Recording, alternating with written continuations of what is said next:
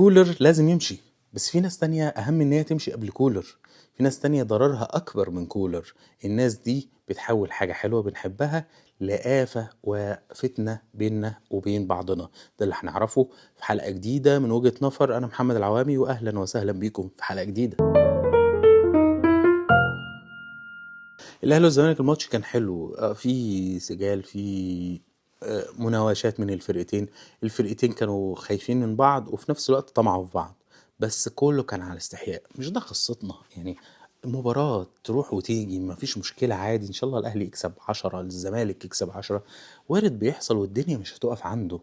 بس اللي الدنيا لازم تقف عنده فكرة ان آلاف مننا او ان عدد كبير مننا يقف يخوض في عرض واحدة ست.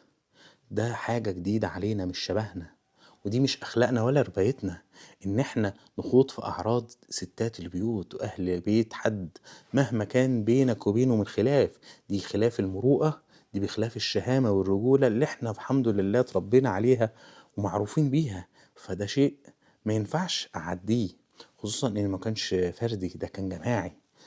في اكيد في ناس محترمة وكانت رافضة ده، بس الكثرة الكاسرة، العدد الاكبر كان متفاعل مع ده وكان بيعمل ده. والفكرة كمان ان حتى ده وارد يحصل من كل الناس، عادي، كلنا بنغلط، مفيش حد ما بيغلطش، مش ملايكة. بس في فرق بين واحد بيغلط لما تيجي تقول له انت غلطت فيقول لك انا اسف، صح، انا غلطان، معلش، غلط، فنرفز. ده انسان محترم ستيل معانا، ده محترم. لكن في انسان بجح بيغلط ويقل ادب، وتيجي يقول لك لا، تيجي تقول له انت غلطت وعملت كذا يقول لك انت جاي تكلمني انا، ما تكلم فلان على كذا. لا، ما يخصكش كلم فلان على كذا. انت اللي يخصك دلوقتي انت اللي انت عملته ده صح؟ اللي انت عملته ده رجولة، ولا دي حاجة اصلا من خوارم المروءة؟ مش رجولة. اللي بيعمل كده ده شخص ناقص. ان انت دلوقتي بتستغل ان ايه، احنا بقى زحمة وعدد وكده فمحدش هيعرف يطولنا. طيب خد بالك في ربنا، خد بالك هي لعبة وحاجة جميلة احنا بنحبها، ما تحولهاش ان هي تكون سبب دخولك النار او ان هي تشيلك ذنوب. اصل حبيبي انت كده رميت محصنة. ان الذين يرمون المحصنات الغافلات المؤمنات لعنوا في الدنيا والآخرة ولهم عذاب أليم. خد بالك، خد بالك، هتيجي يوم القيامة تلاقي نفسك وتقول ايه، وكنا نخوض مع الخائضين. مش هينفعك ان انت خضت معاهم، مش هينفعك صاحبك اللي قالك يلا ويلا نحط ونعمل ونخلي ونسوي. مش الفرحة الزائلة الزائفة اللي انت خدتها بانتصارك الموهوم المضحوك عليك فيه، بان انت شتمته بأمه، او ان انت خدته في عرض امه، او خدت عرض، او اتكلمت على زوجته. دي حاجات اصلا يا جماعة عمرها ما كانت عندنا، وحتى لو كانت موجودة فهي من الحاجات اللي احنا ما بنحبهاش وبنكرهها وبننبذها. الفكرة بقى الأكبر إن الإعلام للأسف عندنا خد الموضوع إيه، أهلي وزمالك، مش صح وغلط للأسف. لأن إحنا عندنا ناس إلا من رحم الله، في ناس محترمة، بس في ناس تانية ما عندهاش ميثاق شرف ولا مبادئ ولا درستها. وحتى في ناس درستها بس هي مش قصتها المبادئ والقيم، هو قصته إن يصنع الفتنة. في ناس أكل عيشها الفساد، فالدنيا لو بقت كويسة هو يموت. في ناس كده ربنا يعافينا يا رب، جراثيم، ميكروبات، اكل عيشها البيئه القذره اللي هي كلها فتن وصراعات. بيحاولوا لعبه تافهه. يا جماعه الكوره هي لعبه رياضيه تافهه، احنا بنتسلى فيها، احنا بنروح نستمتع فيها، بس احنا اللي كنا بنستمتع بيه انتوا بتودونا لحاجه تانية ملهاش علاقه. متعتنا في الكوره بباص حلو، بتشميسه، بكوبري، صح، بسبعه، بجون حلو، بواحده في السوكه، مش بان انا شتمتك، مش بان انا حطيت عليك، مش بان انا عملت لقطة.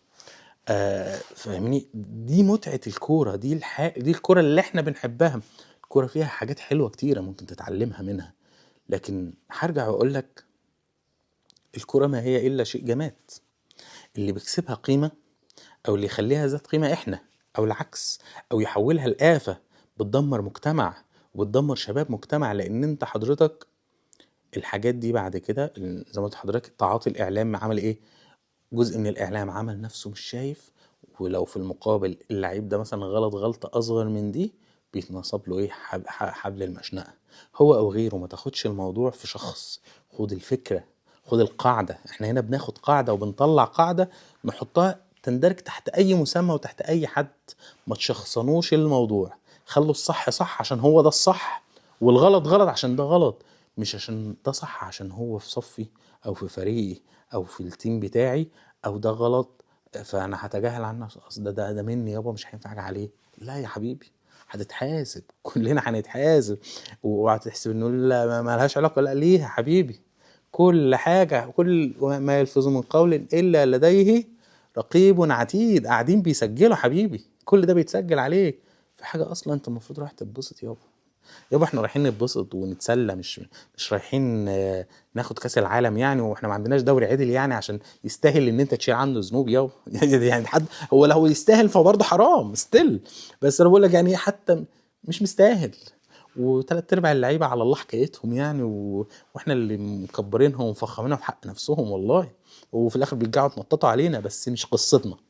القصه الاهم هي ان الاعلام خد الموضوع اما تجاهله تماما او راح اختزله، راح جاي مقطع كده اخد الحته ايه، ان ايه، عمل الموضوع صراع بين الاهلي ولجنه المسابقات او صراع بين شوبير ولجنه. لا يا حبيبي، ده الصراع بين الحق والباطل، الصح والغلط. الصح ان ما ينفعش، حرام، ولا مروءه ولا رجوله ولا شهامه ولا نخوه يا عديم النخوه اللي تقبل بكده. لكن اللي مش هيقبل بكده كل شخص عنده نخوه وعنده رجوله، ان هو مستحيل اقبل ده. لان خد بالك، زي ما هتقبله النهارده عليه بكره يقبلوا عليك، صح؟ اوعى تحسب ان الدنيا مش رايحه جايه، الدنيا رايحه جايه. واللي هتعمله النهارده وبالمكيال الذي كلت به تكال. ربنا عدل، والدنيا دواره وهتلف ويجيلك. في اللي هتقبله على اولاد الناس وعلى بنات الناس هيلف ويرجع عليك. تمام. فالاعلام بقى بياخدنا في الحته دي، فلا ما تقبلش ده، ارفض ده، وانا معاك ارفض ده، وكلنا نقول ده غلط. اللعيب ده مثلا، وبرضه محدش يقول لك عشان بتوع الاعلام برضه خبثاء، يقول لك واحد من الخبثاء الناس اللي مش كويسه. في ناس نظيفه محترمه، دول انا مش دول اللي بتكلم عليهم، انا بتكلم على الناس اللي مش كويسه اللي مش محترمه. اللي يقول لك ايه، اصلك هو عمل، اصلك هي عملت. حبيبي، انت لو الشخص اللي قدامك ده فاسق في الشرع، ده مش مبرر ليك انك تظلمه، مش حلال عليك. مش معنى ان اللي قدامك اخطأ ان ده يديك حق ومبرر ان انت تعتدي عليه وتستبيحه. لا يا حبيبي، حتى الحقوق ليها ضوابط، ما ينفعش ان انت تعتدي. انت بتاخد حقك من غير ايه، ما تظلم اللي قدامك، تاخد حقك على قد حقك. لكن انت اصلا مالكش حق، مفيش حق يديلك انك تشتم حد بامه او بمراته، او ان انت تخوض في عرضه. وخد بالك عشان هتيجي يوم القيامه لوحدك متر في متر.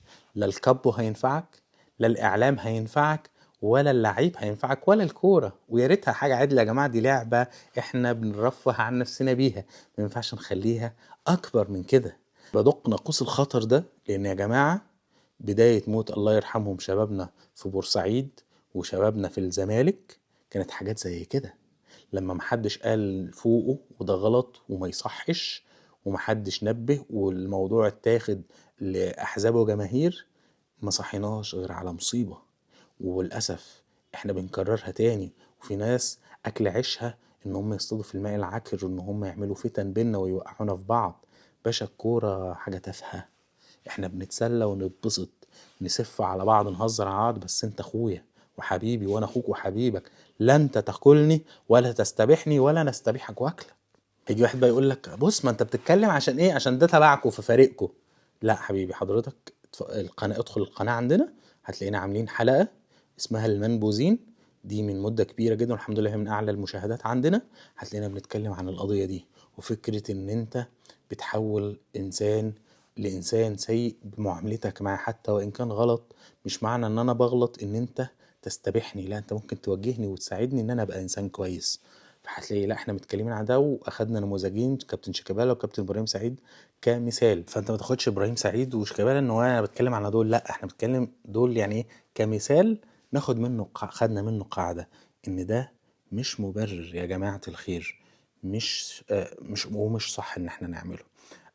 احب اشوف تعليقات حضراتكم على الموضوع برضو، ولو برضو تقولوا لنا مين تاني كمان بيغذي ده، من وجهة نظركم ايه العلاجات اللي ممكن نعملها عشان نحمي نفسنا ومجتمعنا من حاجة زي دي، لان دي حاجة خبيثة بتحول حاجة حلوة الى صراع وفتنة، وان احنا نستبيح بعض ونغلط في بعض، وده ما يعني يتناقض ويتعارض مع عاداتنا وتقاليدنا وربايتنا وديننا قبل كل شيء.